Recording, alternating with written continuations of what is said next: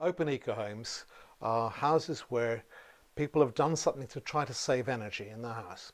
We opened 19 homes in Bridgeport and Dorset, and some of them were new, grand designs, some of them were quite radical, straw bed extensions, off-grid living, but most of them were fairly ordinary houses where people had either insulated their houses, had cut down their water use, their energy use, had done water sequestering to try to cut down how much they impact on the environment. We believe and we understand that actually seeing things at first hand is the most effective way to learn and to choose and to be inspired. And so we hoped that by visiting homes where people had done changes that they planned and sometimes they carried them out themselves, they would be able to find out the visitors would be able to find out what they themselves wanted to do at home to save energy, to cut their heating bills, and to make their homes more comfortable. And the whole Transition Towns idea is for communities to work together to change lifestyle towards things that will help us to tackle climate change and to wean ourselves off fossil fuels and find more eco-friendly ways of meeting our energy needs. As a planning condition, Magna Housing Association had to provide 3 self-built houses within a new housing development in Bridport. Rab and Mary purchased the building shell from Magna, including the walls, roof and windows, and then completed the internal works on a self-build basis. We were in a self-build group for years, and this came about from that, and Magna built the frame, the windows and the roof, and then Rab, who's a plasterer builder, with friends and professionals, have built it from there on. We spent a year building it. Every minute I wasn't working, and Rab took a year off to do it. So that's how we started. We had to do it on a very low budget, but we wanted to do with recycled stuff. So most of the stuff that we could get that was recycled is all given to us, throwouts. So tiles, kitchen units, work surfaces, sink, they've all come from somewhere else. Doors, the doors, the stairs have all come from other people's rubbish. And we'll go to the tip 3 or 4 times a week to find out the varnish for all the woods from the tip, the coloured paints from the tip. Also from the tip, I got these wonderful tiles, put them straight on, and I mixed and matched them. We knew we wanted a wood burner, so we were told we had to have the smallest one we could find, so it's 3.5 kilowatts. And because it's open plan, it heats the whole house. We've had it on for the last few weeks and it's really nice, it's really warm, and it heats the upstairs. And because we're so well insulated, the heat stays. The whole place is so well insulated, including the floor, which they were wanting to have a concrete floor, which we refused. We didn't want it because you don't need it. It's supposed to be a heat sink. Again, we're not in Siberia, we're in England, you know, and it's a wooden floor because we like to dance. And it's so well insulated that I got this insulation, buy one get 2 free. You don't need any more than that. And this is our solar hot water system. We've got 2 solar panels on the roof, and this is a very good insulated tank. And today it's coming in at 16 degrees, and we just top it up with an electric immersion when we need to. We had some sun in the week and it got to 43 degrees, which is hot enough. And I got all this from the tip, you know, the cupboards, skirting, and these wonderful doors, which I brought home, cleaned it up. Well, Mary cleaned it up, Mary painted it and I fitted it, and it cost a £5. Yeah, and it costs a lot more in the shops. Because we're open plan, the heat rises, and I always knew this is where I was going to have my dryer, and it's brilliant. It dries washing really well. It's my tumble dryer. And because the house is south facing, it's ideal for my wife, who's a keen gardener. She's going to turn it into part of this into a little greenhouse. I've used the space in the house to make cupboards everywhere, even under the bottom stairs and the top stairs there for my wife's gin.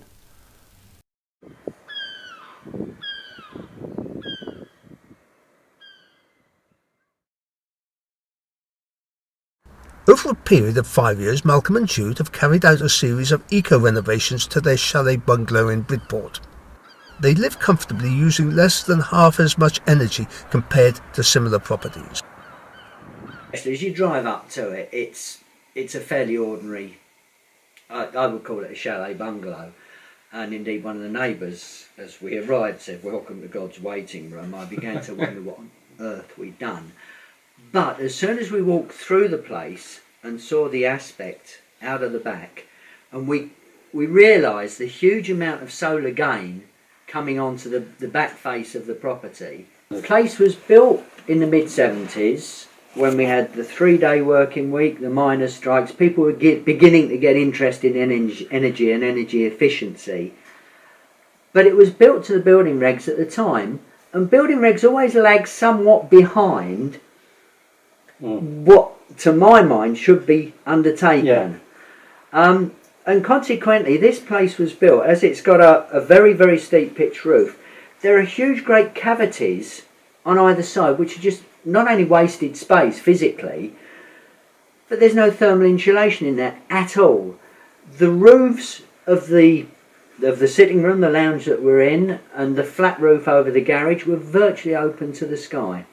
And that I saw as a serious problem. And that was one of the first things that I really, really wanted to tackle. Get the structure right. So this is a back porch that I've constructed using Western red cedar for the timber, which is a wood that has a natural weather keeping property, and recycled doors and windows, which is why it's perhaps a slightly unusual shape, but it's a lovely volume. And the principle of having a back porch, having 2 doorways from inside to outside, you gain tremendously by not losing a lot of your thermal energy, and going to and fro the wood store now is an indoor job. With the PV, with the photovoltaic panels, the first thing we did was we tried to drive down our electricity bills, and by looking at our annual consumption, we were consuming about 1,200 kilowatt hours a year.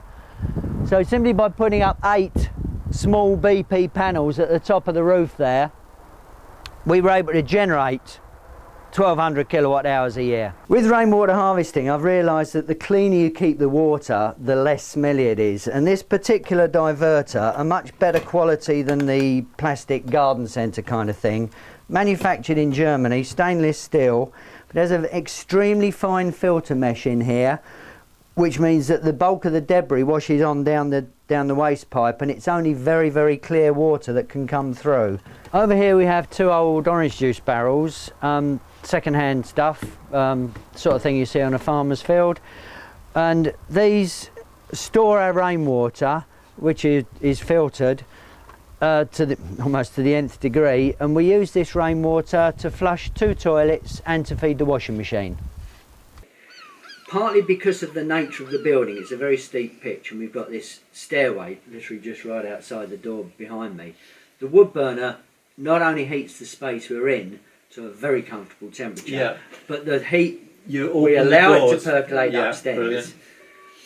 But the other thing that we do, I would call it simple housekeeping.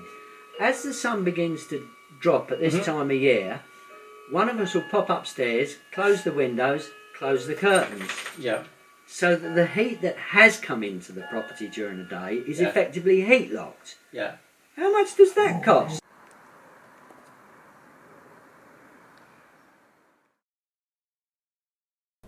Dave and Anne have retrofitted their 1930s home in Bridport, adding solar panels and a wood-burning stove. However, their interest in sustainability goes much further and includes lifestyle choices. Well, we've always liked an open fire, and we knew that a wood-burning stove would be much more efficient than the 1930s just open fire that we had. So we thought, well, we put a wood burner in here, it's going to be too much for this room. So we thought we'd do something a bit more spectacular with the heat. Well, I had this brilliant idea that if we had a double-sided wood-burning stove, we would have the heat coming out into the hall as well as feeding us in the lounge.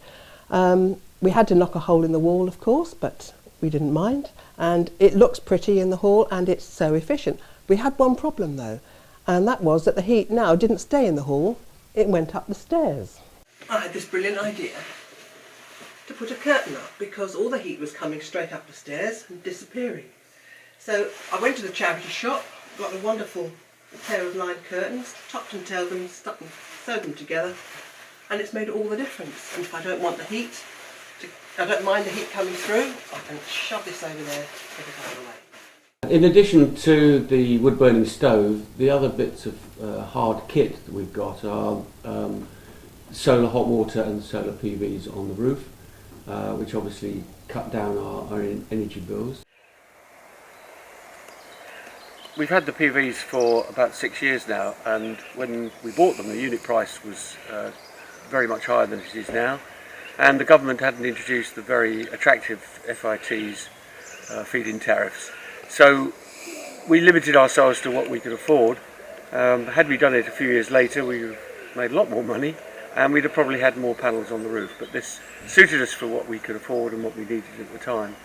And of course we had the hot water fitted as well, so some of the space was already taken up with that.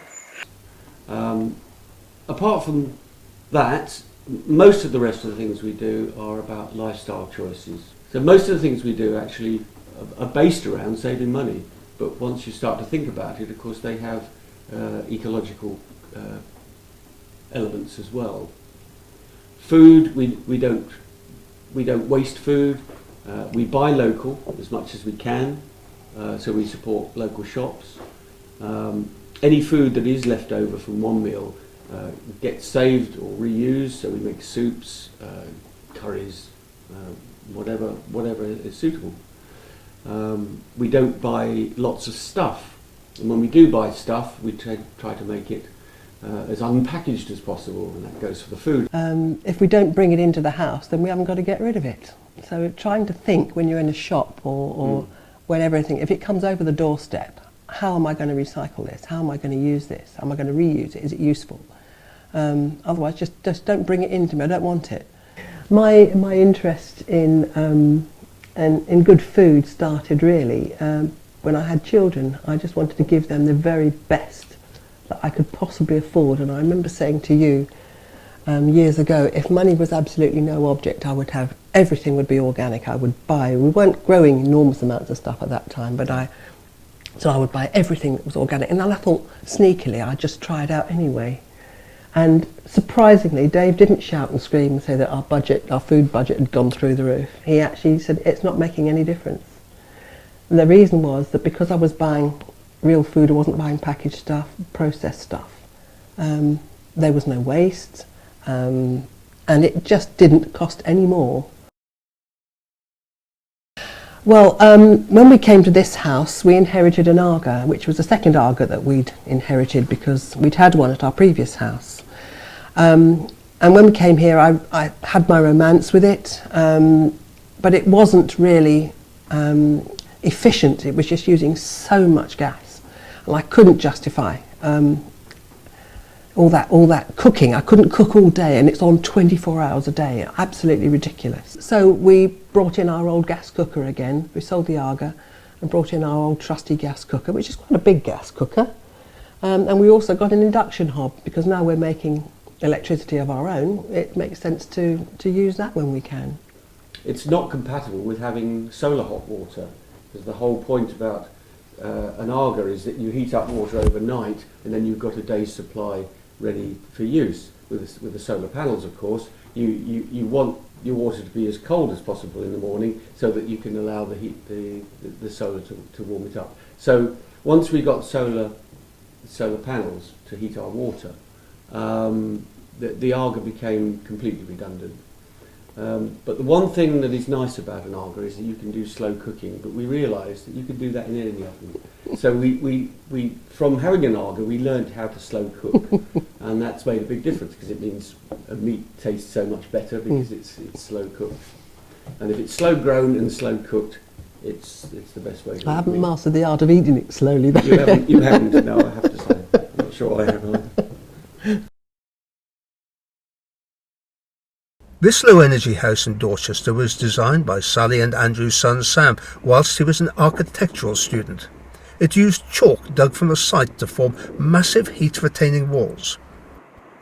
The family supervised and managed the construction phase. We'd lived in our house the other side of the beech hedge for 30 years, bringing up our family, and it wasn't the most efficient energy-wise house to live in. We'd done the cavity wall insulation, the loft insulation, the double glazing, and we had a large number of small rooms, most of which we weren't using after the children had left home. We wanted to move, we wanted to stay in Dorchester, and we were very much aware of the way the world was changing in terms of fuel and energy and running out of oil. Fortunately for us, our son was studying architecture at university and said, "That's all right, Mum and Dad, I'll get you planning consent. We'll build a house in our back garden," which we ended up doing. We have now moved in, we've been here 3.5 years, and the changes to our life has been phenomenal. So we started designing the house in about 2005, whilst I was on a year-out placement working down the road for a local architect. Mum and Dad wanted to move into a smaller, low-energy house, which would be energy efficient and cheaper for them to live in, which had fewer spaces and more of an open-plan feel. So the first things to get right with the design of the house was the layout of the way in which the house would sit on the site. We decided that we'd put the house on the worst bit of the land, so that it was on the north side and looked towards the south and towards the east, and that way we maximised solar gain for the house so that it could be passively heated and naturally daylit, and those two things have the biggest energy saving impact of all of the principles of the design of the house without any of the technological systems themselves. So having got the basics right, we decided that we would sink the house into the ground in order to get planning consent so that it had low visual impact and low environmental impact. Having decided to sink the house into the ground and make it partially subterranean, we quickly realised we'd be extracting a huge amount of chalk that the Dorset landscape is built upon. Instead of taking the chalk off the site, we decided that we could build with it and use it to ram thermally massive walls. Those would then have great thermal mass, which would stabilise the internal temperature of the house throughout the winter and the summer by absorbing the heat from the sun's rays and storing it to re-emit at the night time. The other half of the house is then a timber frame built using glulam timber, sustainably sourced, as well as all of the construction timber that we use to form the chalk itself, which in later parts of the construction became the floor, the roofs and the wall of the house, with every single bit of plywood, timber and screw that we used recycled. That then enabled us to form large glazed openings which face the right direction to let the sun in so that it absorbs as much heat as possible. And then floor finishes on the ground floor, such as the black slate, enable further solar gains to be absorbed and used within the house effectively. So behind me here is the ram chalk wall itself. What you start off with as subsoil, within very quick process becomes superstructure.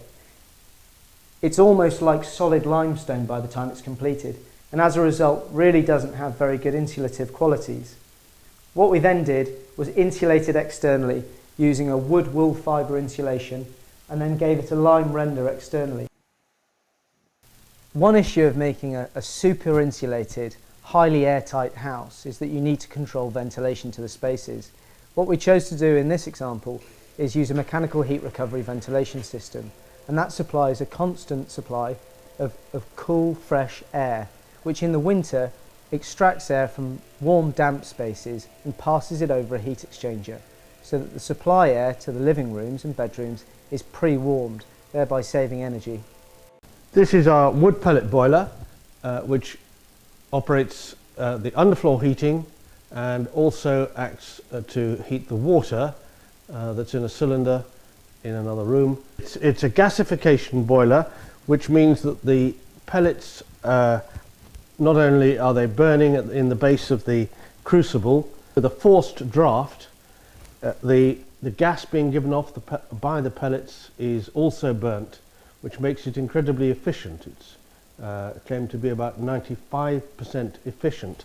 With sacks of pellets, 10 kilogram sacks, and you just open the top and pour it in. It produces very little ash.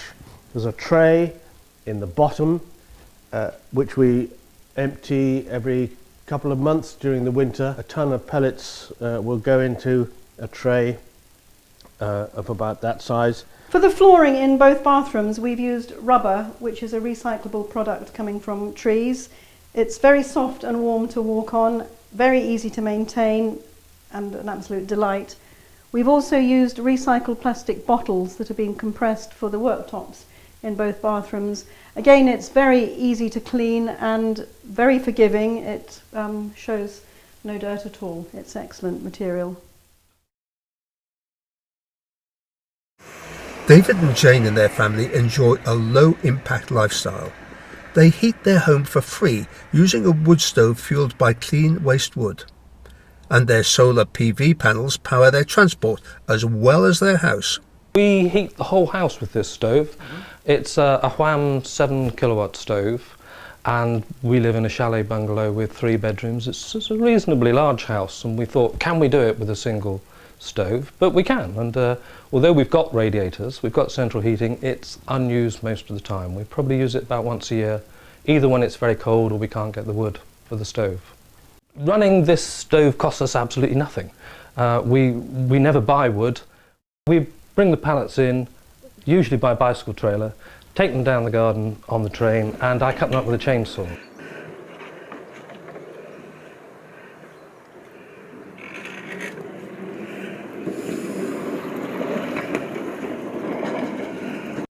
The only cost of running the chainsaw is a bit of oil once in a while, and maybe a new chain once a year.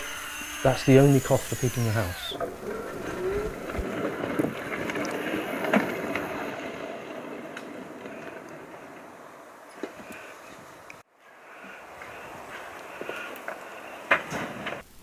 When we decided to have a single stove heating the whole house, the obvious issue is that you're heating one room.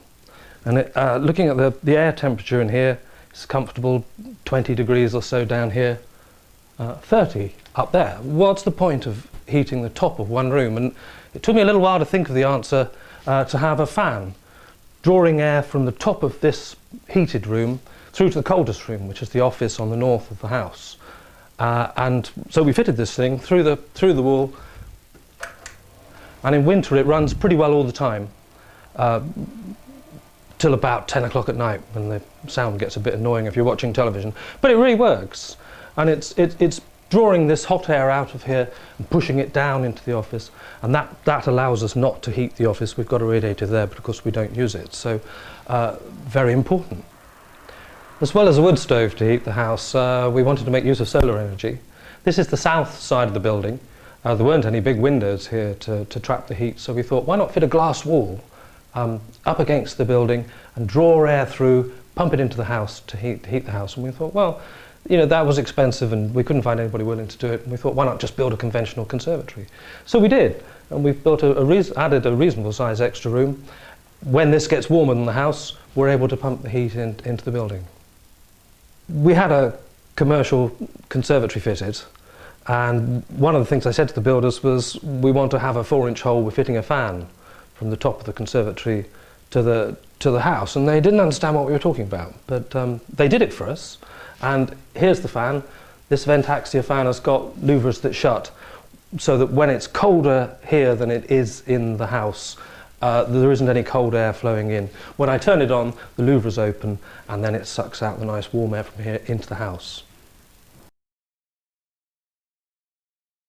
For most of the year, our hot water is heated entirely by solar energy. We've got panels on the roof.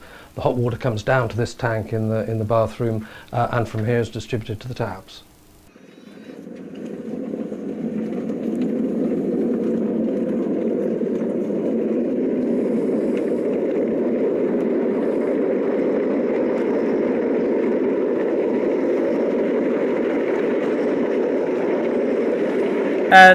All of these run on electricity except for the pedal one and the steam, which are charged. Their batteries are charged by the solar panels, so it's all eco.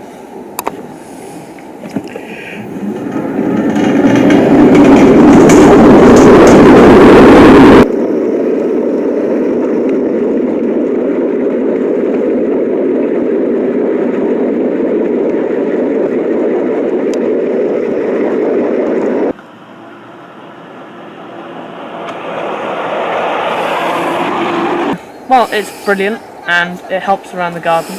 we carry pretty much everything on the railway, so it helps.